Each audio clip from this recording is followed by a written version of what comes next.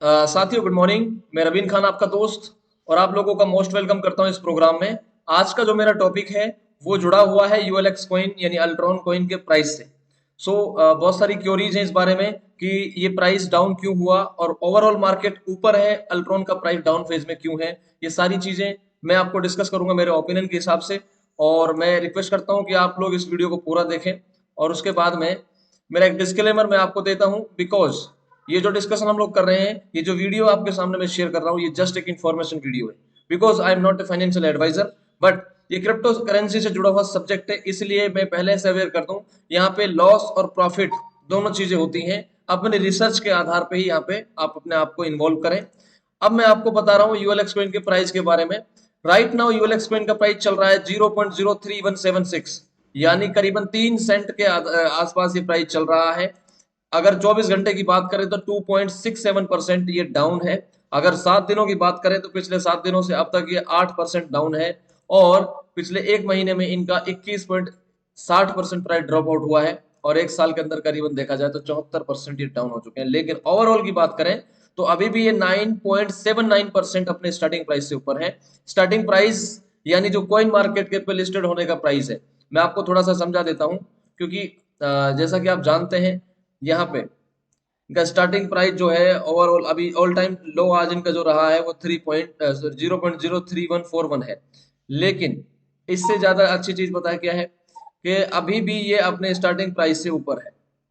Starting price रहा है ये ऑल टाइम लो की। अगर मैं बात करूं तो अल्ट्रॉन की जब कॉइन मार्केट के ऊपर लिस्टिंग हुई तो इसका प्राइस था करीबन 0.0794, यानी 3 सेंट के करीबन था। लेकिन मैं आपको बता दूं इसका स्टार्टिंग प्राइस 0.01 से शुरू हुआ है, 0.01 से। जहां से अभी भी ये नो जहां से लगभग अभी भी ये 3 गुना वैल्यू पे है। 3 गुना वैल्यू से भी ज्यादा की वैल्यू को मेंटेन किए हुए। लेकिन ओवरऑल की बात करें तो यहाँ पे इनका जो अभी तक का ऑल टाइम हाई है वो बहुत ऊपर गया है। ये 19 सेंट को टच कर दिया, यानी 19 गुना ये हो चुका है 1-2 साल के अंदर में। लेकिन उसके बाद में इसका प्राइस आज की डेट में ड्रॉप आउट है। तो इस चीज को मैं समझाता हूँ कि क्यों है ऐसा। और दूसरी बात, ओवरऑल मार्केट में जब देखेंगे कि पूरी क्रिप्टो करेंसी मार्केट जो है ग्रीन है, आज हम देखेंगे ओवरऑल मार्केट फिर भी काफी हद तक जो है ना पिछले 24 घंटे में कुछ प्लस पॉइंट में है। और कुछ करेंसी 6% तक का रिटर्न भी दे चुकी हैं। लेकिन हकीकत ये है कि अभी अल्ट्रॉन जो है उस मामले में अपनी वैल्यू को बना नहीं पा रहा है। क्यों? बिटकॉइन जब ऊपर जा रहा है सारी क्रिप्टो मार्केट ऊपर जाती है, बिटकॉइन डाउन जाता है तो और मैक्सिमम मार्केट जो है नीचे जाती है। लेकिन अल्ट्रॉन का ऐसा नहीं है। अल्ट्रॉन के पास जो कम्युनिटी बनी है वो ज्यादातर मावी ग्लोबल से बनी है। तो अल्ट्रॉन की जो कम्युनिटी है वो मावी ग्लोबल से जुड़े हुए प्लेटफॉर्म की वजह से इसकी बाइंग और सेलिंग कर रही है। हाँ, अभी एक्सचेंजों पे बहुत ज्यादा लिस्टिंग नहीं है। धीरे धीरे जैसे जैसे इसकी स्टेकिंग एक्सचेंजों पे लिस्टिंग बढ़ेगी वैसे वैसे इसकी प्राइस इंक्रीज होने की संभावना है। जैसे जैसे मैक्सिमम एक्सचेंजों पे जिस कॉइन की लिस्टिंग होती है वहां की जो कम्युनिटी ओपन मार्केट इसमें बाय सेल करती है, उन उसके हिसाब से इसका प्राइस, अल्ट्रॉन का प्राइस जो है बिटकॉइन को फॉलो करेगा। अभी वहां लिस्टिंग नहीं है तो वहां की कम्युनिटी जो है इसको फॉलो नहीं करती है। और अल्ट्रॉन की कम्युनिटी जो है इसको इनके गुड न्यूज और बैड न्यूज के आधार पे जो है सेल बाय करती है। So my dear friends, Ultron का एक कारण जो यहाँ पे अभी हम लोग देख रहे हैं कि इसका प्राइस डाउन है, उसका एक कारण मैं आपको बता देता हूँ। अल्ट्रॉन के अंदर में जितना स्टेकिंग प्रोग्राम में लोगों का ज्वाइनिंग होता है वो ओपन मार्केट से बाइंग नहीं होती है। अगर ओपन मार्केट से बाइंग होकर के स्टेकिंग पे कॉइन लगाया जाता तो इसका प्राइस और ऊपर जाता और हो सकता है वो बैलेंस होता। दूसरी बात, अभी स्टेकिंग जो हब है वो बिकने बंद हो चुके हैं।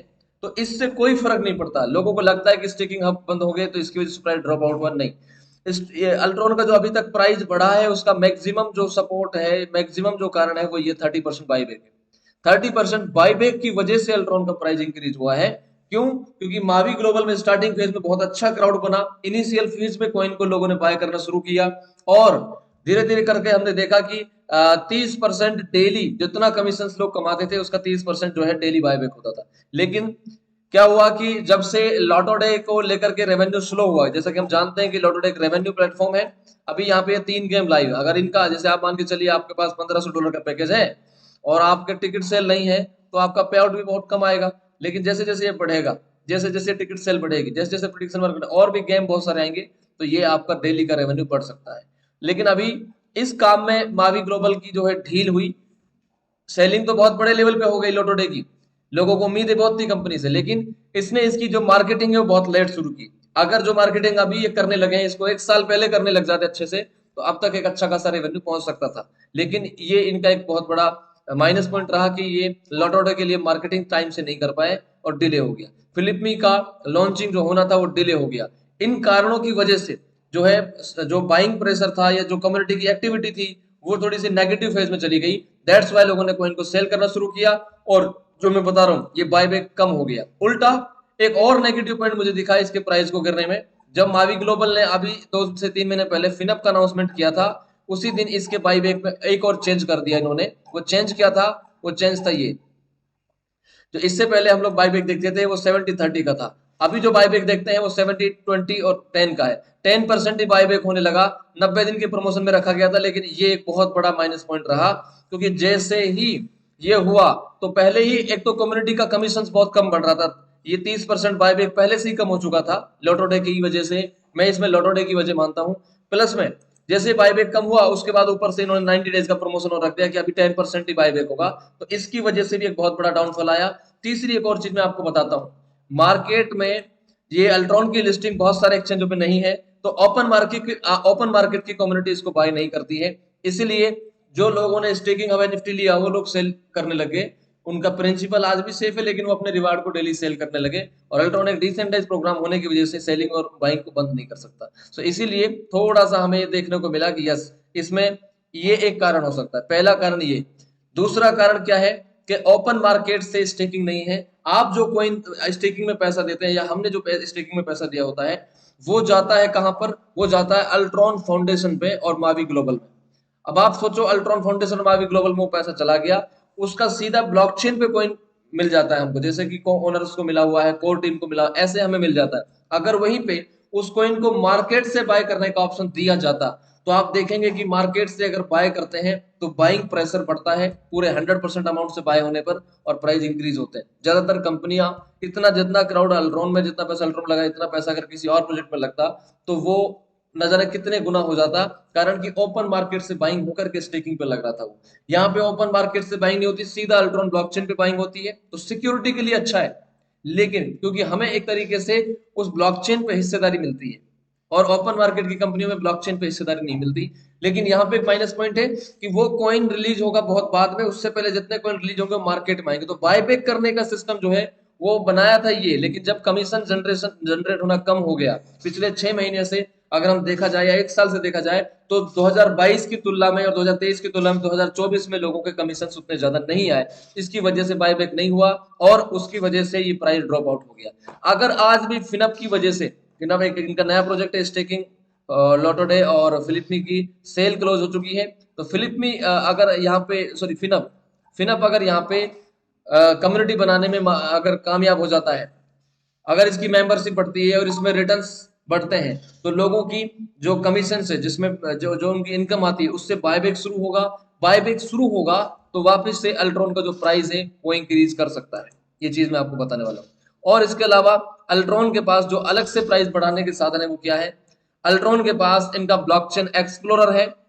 यहाँ पे एक तो बर्निंग का सिस्टम है, अभी आप देख भी चुके हैं कि करीबन, तो ये एक बड़ी मात्रा नहीं है, लेकिन एक लेवल से देखा जाए तो ये अच्छा एक सिस्टम है जिसमें every minute every hours burning होती है।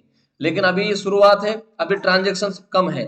धीरे धीरे देखेंगे कि ट्रांजेक्शन अगर बढ़ते जाएंगे तो हर ट्रांजेक्शन में से गैस फीस के तौर पे जो है ना कोइन बर्न होता है। जितनी गैस फीस निकलती है ट्रांजेक्शन से 50% कॉइन बर्न होता है और 50% कॉइन जो है वैलिडेटर्स को चला जाता है। तो ट्रांजेक्शन बढ़ेंगे तो ये गैस फीस के आधार पे जो कॉइन की बर्निंग है वो बढ़ेगी। प्लस में इन ट्रांजेक्शन्स के अगर बैक में जाएंगे आप, तो आप देखेंगे अभी यहाँ पे 10 वैलिडेटर्स है जिनको ये फीस जाती है। लेकिन अलग से ये वैलिडेटर्स अगर बढ़ने लग जाए तो भी इसका कंजप्शन बढ़ेगा। यानी आप देखो, एक वैलिडेटर बनने के लिए 10 लाख कॉइन की परचेजिंग करके और उसको ब्लॉकचेन पे लॉक करना पड़ता है, होल्ड करना पड़ता है। तो अभी 10 हैं, अगर ये 20 होंगे, 50 होंगे, 100 होंगे, तो क्या होगा? ये मार्केट से कॉइन को बाय करना पड़ेगा इनको। वैलिडेटर्स के लिए मार्केट से कॉइन बाय करने का सिस्टम होता है। तो आप सोचिए कि अगर वैलिडेटर बढ़ने लग जाए तो कितनी बाइंग प्रेशर हो जाएगी। और ये तब होगा जब ये 2,50,000 से ज्यादा अकाउंट हो जाएगा। 2,50,000 प्लस अकाउंट होने के बाद में यहाँ वैलिडेटर्स बढ़ने लग जाएंगे। प्लस में और एक आपको बात बता दूं, यहाँ पे वैलिडेटर बनने में जब इंटरेस्टेड होगा कोई भी आदमी, जब ट्रांजेक्शन बढ़ने लग जाएंगे। अभी देखिए आप पर सेकंड आप ट्रांजेक्शन को बदलते हुए भी देख सकते हैं, देखिए इस तरीके से। तो जब ये ट्रांजेक्शन पर सेकंड बहुत तेजी से हजारों लाखों में कन्वर्ट होंगे, देन क्या होगा, इसकी गैस फीस के चक्कर में ज्यादातर लोग वैलिडेटर बनेंगे, और वैलिडेटर ओपनिंग होने के बाद में पब्लिक से और ज्यादा वैलिडेटर बढ़ेंगे। तो ये मार्केट में जो सप्लाई गई है एक्सचेंजों पे, है ना, डेस्क पे, उनसे बाइंग करेंगे तो बाइंग प्रेशर बढ़ेगा और प्राइस इंक्रीज हो सकता है। बर्निंग होने से बढ़ेगा और वैलिडेटर होने से बढ़ेगा। प्लस में अभी अल्ट्रॉन नई नई पार्टनरशिप भी करने वाला है, ऐसा अनाउंसमेंट है। सो माय डियर फ्रेंड, यहाँ पे ये मजबूत प्लेटफॉर्म है। प्लस में लॉटोडे का रेवेन्यू जो है वो भी बढ़ता है, तो भी एक प्रेशर पड़ेगा यहाँ पे, क्योंकि जितने टिकट सेल होते हैं उसका जीरो, उसका उस टिकट का, ठीक है, ये डिवाइडेशन है। 50% प्राइस पूल में चला जाता है, 20% हम जैसे लोगों में जो को ओनर हैं जिन्होंने आईडी ली हुई है उनको चला जाता है, 5% रेफरल के लिए रखा गया, नहीं तो 5% ये बर्निंग के लिए रखा जाता है। अभी रेवेन्यू अगर बढ़ने लग जाएगा तो इसकी बर्निंग और बड़े लेवल पे होने लग जाएगी, तो भी इसके प्राइस इंक्रीज करने की संभावना होती है। सो माय डियर फ्रेंड्स, मैंने आपको बताया क्यों डाउन हो रहा है। ओवरऑल मार्केट में प्राइस डाउन होने का रीजन क्या है, कि अभी बाइंग प्रेशर नहीं है। अभी अल्ट्रॉन की जो लिस्टिंग है बहुत सारे एक्सचेंजों पे नहीं है, ओपन मार्केट की जो बड़ी वेल्स की कम्युनिटी वो इसमें भी शामिल नहीं है। दूसरा कारण क्या है, कि अल्ट्रॉन मावी के साथ जो कॉम्बिनेशन बनाया इसका 30% बायबैक ये कम पड़ा, और कम होने की वजह से यहाँ पे एक और बदलाव हुआ जिसकी वजह से और कम हो गया। इसके लिए भी मैं यहाँ पे ये कहूंगा कि ये मैनेजमेंट को सोचना चाहिए था कि ये बायबैक की जो पॉलिसी है इसकी वजह से प्राइस इंक्रीज हो रहा था, इसको डाउन क्यों किया गया। ये डिस्ट्रीब्यूशन नहीं होना चाहिए था, ये हुआ, और नतीजा ये है कि ये और ज्यादा ड्रॉप आउट हो गया। प्लस में अभी लोगों को एक नेगेटिव फेज भी आ जाती है कि यार ये तो डाउन जा रहा है, और डाउन ना चला जाए, चलो बेच लो, ऐसा भी होने लग जाता है। एक और कारण आपको बताता हूँ, सप्लाई बहुत ज्यादा है। आप देख सकते हैं कि अल्ट्रॉन की जो सप्लाई है वो टोटल सप्लाई अगर बात करें आप, तो 50 बिलियन है। यस, 50 बिलियन ये टोटल सप्लाई है इधर में, आप देख सकते हैं 50 बिलियन। अगर ये बर्निंग नहीं होती है तेजी से तो ये बहुत बड़ी सप्लाई है। अब आप देख सकते हो मार्केट में यहाँ पे अल्ट्रॉन के अलावा आज जो बड़ी वो बड़े कॉइन्स है, जैसे कंपेयर करें तो आप पाएंगे, जैसे मैं पोल्का डॉट के बारे में आपको बता दूं, इनकी सप्लाई जो है आप देख सकते हैं, इकाई, दहाई, सैकड़ा, हजार, 10,000, लाख, 10 लाख, करोड़, 10 करोड़, अरब, यानी ये लगभग 1.47 बिलियन के समथिंग है। 1.47 बिलियन मैक्सिमम फिक्स नहीं है, लेकिन 1.47 बिलियन है, और हम 50 बिलियन की सप्लाई पे हैं। तो 50 बिलियन की सप्लाई और 1.47 बिलियन की सप्लाई में फर्क है, लगभग 50 गुना का फर्क है। उसका जो प्राइस है वो $4 गया है, और अगर इसकी 10 गुना सप्लाई और ज्यादा होती तो लगभग अंदाजा लगा सकते हो ये 0.4 होता, और 10 गुना होती तो हम देख सकते हैं कि ये 0.04 के समथिंग होता, और इसको 04 या $4 पहुंचने में कितना समय लगा है। तो ये चीजें आप अंदाजा लगाओ। यूएलएक्स कॉइन की जो सप्लाई है उसकी बर्निंग अगर नहीं हुई तो उसके प्राइस को लेकर के थोड़ा सा समय लग सकता है। हालांकि ये मुझे पता है क्योंकि मेरे पास एक बड़ी होल्डिंग है इसकी, लेकिन मैं ये कहता हूँ कि भाई सप्लाई बहुत जरूरी है मेंटेन करने के लिए। सप्लाई का कम होना और रिड्यूस होना, हाल्विंग होना जरूरी है। सो ये अच्छा सोल्यूशन है। एक और मैं आपको बात बता दूं, अल्ट्रॉन के प्राइस को इंक्रीमेंट होने के लिए एक अच्छा सिस्टम ये भी है कि अल्ट्रॉन ब्लॉकचेन के ऊपर में अभी जो स्टेकिंग प्रोग्राम चल रहे हैं उस स्टेकिंग प्रोग्राम का जो है यहाँ पे एक अच्छा सिस्टम मैं आपको बता दूं। अल्ट्रॉन के स्टेकिंग प्रोग्राम में हम देखेंगे, अल्ट्रॉन के स्टेकिंग प्रोग्राम में जो gaming hub, sorry, staking hub NFT है, इसमें जो लोगों को 0.2% शुरुआत का रिवार्ड आता है वो अगले साल 0.1 हो जाता है, उससे अगले साल 0.05 हो जाता है। तो सेलिंग प्रेशर जो है वो कंट्रोल होने लग जाता है। अभी 2 साल 3 साल बाद देखेंगे शुरुआत में जिन लोगों के पास बहुत बड़ा कॉइन था, अगर वो ऑटो स्टेक ऑन रखें तो बात लगे, नहीं तो बहुत कम रिवार्ड उनको जाना शुरू होगा। अगर सप्लाई कम से कम मार्केट में जाएगी तो प्राइस इंक्रीज करेंगे। तो अभी धीरे धीरे जैसे वक्त गुजरेगा बर्निंग बढ़ेगी, ठीक है, वैलिडेटर्स बढ़ सकते हैं। वैलिडेटर बढ़ने के साथ साथ यहाँ पे जो स्टेकिंग होल्डर हैं उनके जो रिवार्ड है वो भी रिड्यूस होते जा रहे हैं। प्लस में हम देख रहे हैं कि नई नई पार्टनरशिप भी अल्ट्रॉन करता जा रहा है। तो इन सारी चीजों को देखते हुए हम अंदाजा लगा सकते हैं कि अगर हमारे पास यूएलएक्स कॉइन है तो ये पॉसिबिलिटीज हैं कि इसका प्राइस आने वाले वक्त में इंक्रीज करेगा। So my dear friends, supply कम होना जरूरी है, वैलिडेटर प्रोग्राम आना जरूरी है। प्लस में फिनअप का जो बायबैक है, यानी फिनअप में लोगों के कमीशन अगर तेजी से बढ़ेंगे, बहुत ज्यादा पैसा लोग कमाने लगेंगे, तो वो 10% से लेकर 30% जो बायबैक है वो होने लगेगा, उससे भी प्राइस के अंदर में इंक्रीमेंट मिलेगा। ये हमारी भूल है कि स्टेकिंग हम एनएफटी से बढ़ाता प्राइस नहीं, जो कमीशन है लोगों के, जो लीडर्स के कमीशन मावी ग्लोबल से मिले हैं उसकी वजह से वो प्राइस इंक्रीज होता है। लोग वो दोबारा से अगर बढ़ने लग जाता है तो वो बढ़ेगा। सो माय डियर फ्रेंड्स, ये मेरा ओपिनियन है, बाकी मैं हर किसी को फिर से बोल रहा हूँ, I am not a financial advisor, just मैं यहाँ पे आपके सवालों का आंसर करने की कोशिश कर रहा हूँ। और मैं आज भी अल्ट्रॉन को लेके बहुत पॉजिटिव हूँ। मुझे शिकायत है थोड़ी मावी ग्लोबल के मार्केटिंग प्रोजेक्ट से कि वो लोटो डे का मार्केटिंग इस लेवल पे क्यों नहीं कर पाया। दूसरा बात कि वो फिलिप मी का जो है थोड़ा सा डिले कर दिया और लोगों का पैसा एक लंबे समय तक रहने के बाद में लोगों को एक नेगेटिविटी फील हो रही है, और उसका रीजन क्या है? डिले। सो इस वजह से एक कम्युनिटी जो है शिफ्ट भी हुई, बहुत सारे कमीशन ड्रॉ हुए। तो इस वजह से ना सर ये सारी चीजें हैं।